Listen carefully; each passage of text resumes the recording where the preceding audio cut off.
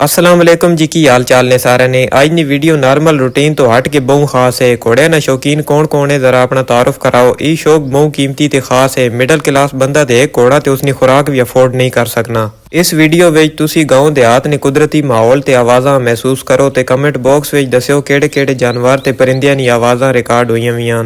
इन आवाज़ां दिल ते दिमाग का सुकून देनियां। सिर्फ गांव देहात ना मुंसलिक बंदा ही महसूस कर सकना।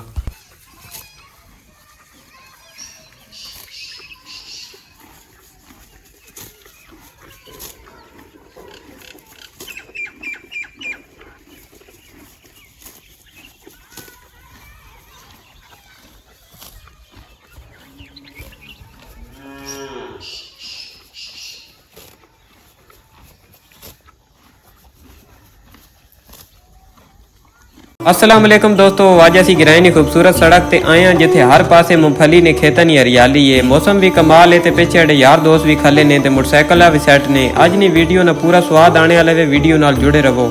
लो जी दोस्तों, इस होंडा 125 नी शाइनिंग ते लुक चेक करो। जैतूनी रंग नी टैंकी ते क्रोम ने टापे खुले खेतन ने सामने सड़क ते खलियां ही सवारियां बिल्कुल कमाल लग रही ने। सच दसो तो सुना इसनी लुक केजी लगी ते ए वेखो बाइका ना पूरा लाइन अप एक तो वध के एक मोटरसाइकिल लाइना विच खलियां हुई ने। इन्होंने साइलेंसर शाइनिंग ते कस्टम स्टिकर चेक करो। सेल्फ मेड मार्को अडे पूरे इलाके ना मशहूर तरीन 125 है। मार्को तो गिन के मुफासा तक अडे दोस्ता अपनी सवारियां पूरे शौक नाल सजाइयां हुई। कमेंट्स विच दसो तुसां इन्हां मोटरसाइकिलों विचों केड़ी सवारी सब तो सोहनी लगी, मार्को, मुफासा या गुलाम।